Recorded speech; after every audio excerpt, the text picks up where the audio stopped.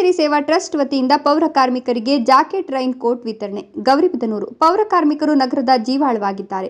ಮಳೆ, ಗಾಳಿ, ಚಳಿ ಲೆಕ್ಕಿಸದೆ ಪಟ್ಟಣದ ಸ್ವಚ್ಛತೆಯಲ್ಲಿ ತೊಡಗಿಕೊಂಡಿರುವ ಪೌರ ಕಾರ್ಮಿಕರಿಗೆ ಅವಶ್ಯಕ ಸೌಲಭ್ಯ ಕಲ್ಪಿಸುತ್ತಿರುವ ವಿಶ್ವಸಿರಿ ಸೇವಾ ಟ್ರಸ್ಟ್ನವರಿಗೆ ಹಾಗೂ ಸಹಾಯ ಹಸ್ತ ನೀಡಿದ ದಾನಿಗಳ ಕಾರ್ಯ ಶ್ಲಾಘನೀಯವಾದದ್ದು ಅಂತ ನಗರಸಭಾ ಆಯುಕ್ತರಾದ ಗೀತಾ ಅವರು ತಿಳಿಸಿದರು.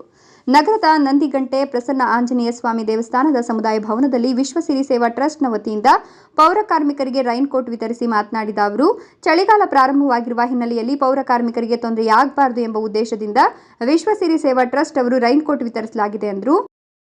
KS ಆಫೀಸರ್ ಅವರ ಹೆಂಡತಿಯಾಗಿ ಸಮಾಜಕ್ಕೆ ಸೇವೆ ಮಾಡಬೇಕು, ಅವರನ್ನ ಗುರುತಿಸ್ಬೇಕು. ಯಾರಿಗಾದ್ರೂ ನಮ್ಮ ಕಡೆಯಿಂದ ಕಿಂಚಿತ್ತು ಸಹಾಯ, ನೀವು ಹೇಳ್ತಾ ಮಾತಲ್ಲೇ ಒಂದು ಸ್ವಲ್ಪ ಸಹಾಯ ಆಗ್ಲಿ ನಮ್ಮ ಕಡೆಯಿಂದ ಅಂತ.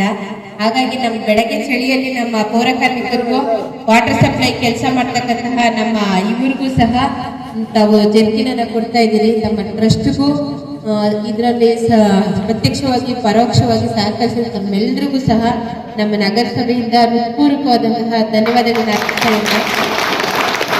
ತಮಗೂ ಸಹ ಒಳ್ಳೇದು ಮಾಡಲಿ. ಯಾಕೆಂತಂದ್ರೆ ಕೊಡಬೇಕು ಅಂತಕ್ಕಂಥದ್ದು ಜಾಸ್ತಿ ಜನರ ಮನಸ್ಸಲ್ಲಿ ಬರಲ್ಲ ಅಂತಹ ಒಂದು ಮನಸ್ಥಿತಿಯನ್ನ ನಿಮಗೆ ಭಗವಂತ ಕೊಟ್ಟಿದ್ದಾನೆ. ಇನ್ನಷ್ಟು ಶಕ್ತಿಯನ್ನ ತುಂಬಿ ಭಗವಂತ ಅಂತ ಅರ್ಸ್ತಾ ನಮ್ಮ ಎಲ್ಲ ಪೌರ ಕಾರ್ಮಿಕರು ವಾಟರ್ ಸಪ್ಲೈ ಕೆಲಸಗಾರರ ಪರವಾಗಿ ನಿಮಗೆ ತುಂಬು ಹೃದಯದ ಧನ್ಯವಾದಗಳನ್ನ ಅರ್ಪಿಸ್ತಾ ಇದ್ದೀನಿ. Thank you.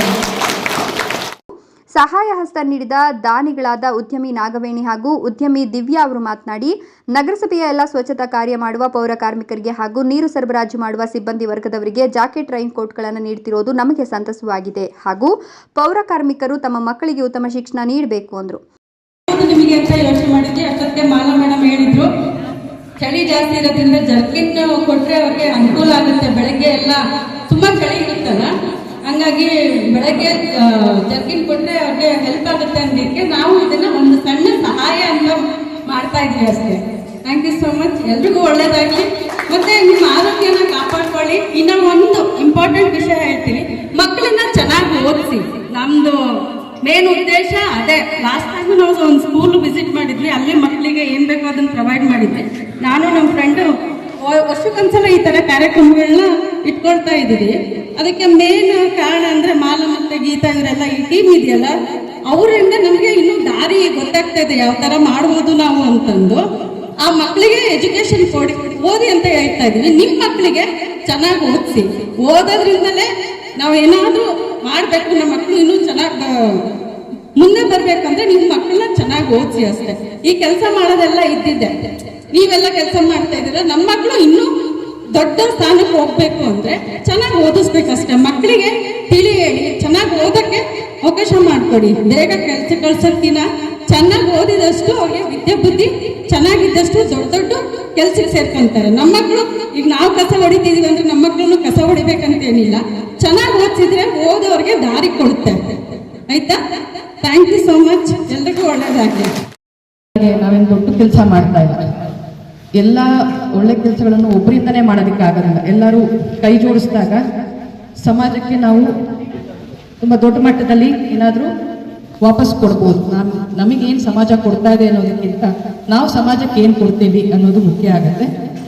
ಅದನ್ನ ಮಾಡೋದಕ್ಕೆ ನಮಗೆ ಅವಕಾಶ ಮಾಡಿಕೊಡ್ತಾ ಇರೋದಕ್ಕೆ, ನಮ್ಮನ್ನು ಭಾಗಿಯಾಗಿ ಮಾಡ್ಕೊಂಡಿರೋದಕ್ಕೆ ನನಗೆ ತುಂಬು ಹೃದಯದ ಧನ್ಯವಾದಗಳನ್ನು ಹೇಳ್ತಾ ಇದ್ದೀನಿ. Thank you. ಟ್ರಸ್ಟ್ನ ಗೌರವಾಧ್ಯಕ್ಷ ಕೋಟೆ ಭಾಸ್ಕರ್ ಅವರು ಮಾತನಾಡಿ, ವಿಶ್ವಸಿರಿ ಸೇವಾ ಟ್ರಸ್ಟ್ ಹಲವಾರು ಕಾರ್ಯಕ್ರಮ ಮಾಡ್ಕೊಂಡು ಬರ್ತಾ ಇದೆ. ಉದ್ದೇಶ ಸಮಾಜದ ಒಳಿತಿಗಾಗಿ. ಒಂದಿಷ್ಟು ಸೇವೆಯೇ ನಮ್ಮ ಗುರಿ. ನಗರ ಸ್ವಚ್ಛತೆ ಇದ್ರೆ ಆರೋಗ್ಯದಿಂದ ಇರಲು ಸಾಧ್ಯ. ನಗರ ಸ್ವಚ್ಛತೆ ಮಾಡುತ್ತಿರುವ ಪೌರ ಕಾರ್ಮಿಕರಿಗೆ ಹಾಗೂ ನೀರು ಸರಬರಾಜು ಮಾಡುವ ಸಿಬ್ಬಂದಿ ವರ್ಗಕ್ಕೆ ನಮ್ಮ ಟ್ರಸ್ಟ್ ವತಿಯಿಂದ ಕೃತಜ್ಞತೆ ತಿಳಿಸಲು ಈ ಕಾರ್ಯಕ್ರಮ ಹಮ್ಮಿಕೊಳ್ಳಲಾಗಿತ್ತು ಅಂದರು. ಅನೇಕ ಕಾರ್ಯಕ್ರಮಗಳು ಹಮ್ಮಿಕೊಂಡಿದ್ದೀವಿ.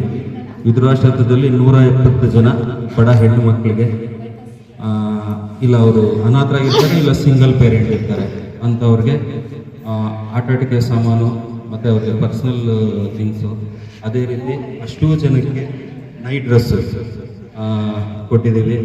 ಆಮೇಲೆ ಅನೇಕ ಶಾಲೆಗಳಲ್ಲಿ ಉಚಿತವಾಗಿ ನೋಟ್ಬುಕ್ಕು, ಪುಸ್ತಕಗಳು, ಬರವಣಿಗೆ ಬೇಕಾದಂಥ ಸಾಮಗ್ರಿಗಳ ಮಕ್ಕಳಿಗೆ ಉಚಿತವಾಗಿ ಕೊಟ್ಕೊಂಡು ಬರ್ತಾ ಇದ್ದೀವಿ. ಒಂದು 30 ಜನ ಅನಾಥರು ವೃದ್ಧರಿಗೆ ಪ್ರತಿ 3 ಹೊತ್ತು ಒಂದು ವರ್ಷದಿಂದ ಅವರಿಗೆ ನಿರಂತರವಾಗಿ ಊಟದ ವ್ಯವಸ್ಥೆಯನ್ನು ಮಾಡಿದ್ದೀವಿ. ಒಂದು ವಯೋವೃದ್ಧೆಗೆ ಇರೋದಕ್ಕೆ ಇರಲಿಲ್ಲ, ಅವ್ರಿಗೊಂದು ಸೂರು ಕಲ್ಪಿಸ್ಕೊಟ್ಟಿದ್ದೀವಿ. ಈ ಥರ ಅನೇಕ ಕಾರ್ಯಕ್ರಮಗಳನ್ನ ಕಳೆದ ವರ್ಷ ನಾವು ಹಮ್ಮಿಕೊಂಡು ಬಂದು ಯಶಸ್ವಿಯಾಗಿ ಮಾಡಿದ್ದೀವಿ. ಅದ್ರ ಬಗ್ಗೆ ಹೆಮ್ಮೆ ಇದೆ. ಎಲ್ಲದಕ್ಕಿಂತ ಮುಖ್ಯವಾಗಿ ಇವತ್ತು 2025ನೇ ವರ್ಷದಲ್ಲಿ ಮೊದಲನೇ ಕಾರ್ಯಕ್ರಮ, ತುಂಬ ಅರ್ಥಪೂರ್ಣವಾದಂಥ ಕಾರ್ಯಕ್ರಮ. ಏಕೆಂದರೆ ನಮ್ಮ ನಗರಸಭೆಯನ್ನು, ನಮ್ಮ ನಗರವನ್ನು ಸ್ವಚ್ಛವಾಗಿ ಇಡಲು ಮಳೆ, ಗಾಳಿ, ಬಿಸಿಲು ಎನ್ನದೆ, ಯಾಕಂದರೆ ನಾವು ಚಿಕ್ಕವಾಗಿಂದ ನಿಮ್ಮ ಮುಂದೆನೇ ಬೆಳೆದಿರೋ ನಿಮ್ಮನ್ನೆಲ್ಲ ನೋಡಿದ್ದೀನಿ ನಾನು. ಇದರಲ್ಲಿ ನನಗೇನೋ ದೊಡ್ಡವರು ತುಂಬ ಜನ ಇದ್ದಾರೆ. 4 ಗಂಟೆ 3 ಗಂಟೆಯಿಂದ ಬೆಳಗಿನ ಜಾವ ನಿಮ್ಮ ಕೆಲಸ ಸ್ಟಾರ್ಟ್ ಆಗುತ್ತೆ. ಸೊ ಮೊದಲನೇ ಕಾರ್ಯಕ್ರಮ ತುಂಬ ನನಗೆ ಸಂತೋಷ ಆಗ್ತಾ ಇದೆ. ಇಷ್ಟು ಅರ್ಥಪೂರ್ಣವಾದ ಕಾರ್ಯಕ್ರಮ. ನಿಮ್ಮ ಈ ಶ್ರಮ, ಈ ಸೇವೆ ಹೀಗೆ ಮುಂದುವರಿಯಲಿ ಅಂತ ಆಶಿಸ್ತಾ, ನಿಮ್ಮ ಶ್ರಮ, ನಿಮ್ಮ ಸೇವೆಯಲ್ಲಿ ನಮ್ದೊಂದು ಸಣ್ಣ ಪಾತ್ರ ಇರಲಿ ಅನ್ನೋ ಉದ್ದೇಶದಿಂದ ಈ ಕಾರ್ಯಕ್ರಮ ನಂಬ್ಕೊಂಡು ಮಾಡ್ತಾ ಇದ್ದೀವಿ. ಈ ಅವಕಾಶವನ್ನು ನಮಗೆ ಮಾಡಿಕೊಟ್ಟ ತಮಗೆಲ್ಲರಿಗೂ, ಗೀತಾ ಮೇಡಮ್ ಅವ್ರಿಗೂ, ಎಲ್ಲ ನಗರಸಭೆ ಅಧಿಕಾರಿಗಳಿಗೂ ಸಹ ನಾನು ತುಂಬ ಹೃದಯದ ಧನ್ಯವಾದಗಳನ್ನು ತಿಳಿಸ್ತಾ ಇದ್ದೀನಿ. ನನಗೆ ಈ ಅವಕಾಶ ಕೊಟ್ಟಂಥ ವಿಶೇಷ ಅಧ್ಯಕ್ಷರಂತ ಗೀತಾ ಅವ್ರಿಗೂ, ಮಾಲಾರೆಡ್ಡಿ ಅವ್ರಿಗೂ ಎಲ್ಲರಿಗೂ ಸಹ ಮತ್ತೊಮ್ಮೆ ಧನ್ಯವಾದಗಳನ್ನು ತಿಳಿಸ್ತಾ ಇದ್ದೀನಿ. ಜೈ ಹಿಂದ್. ಇದೇ ಸಂದರ್ಭದಲ್ಲಿ ಪ್ರಮುಖರಾದ ವಿವೇಕಾನಂದ ಶಾಲೆಯ ಕಾರ್ಯದರ್ಶಿ ನಂಜೇಗೌಡ, ವಿಶ್ವಸಿರಿ ಸೇವಾ ಟ್ರಸ್ಟ್ ಅಧ್ಯಕ್ಷರಾದ ಮಾಲಾರೆಡ್ಡಿ, ಕಾರ್ಯದರ್ಶಿ ಗೀತಾ ಆನಂದರೆಡ್ಡಿ, ಪದಾಧಿಕಾರಿಗಳಾದ ಟಿ ರೆಡ್ಡಪ್ಪ, ಎಚ್ಎನ್ ರಾಕೇಶ್, ನಾಗಮಣಿ ಹಾಗೂ ನಗರಸಭೆಯ ಎಲ್ಲ ಸಿಬ್ಬಂದಿ ವರ್ಗದವರು ಉಪಸ್ಥಿತರಿದ್ದರು.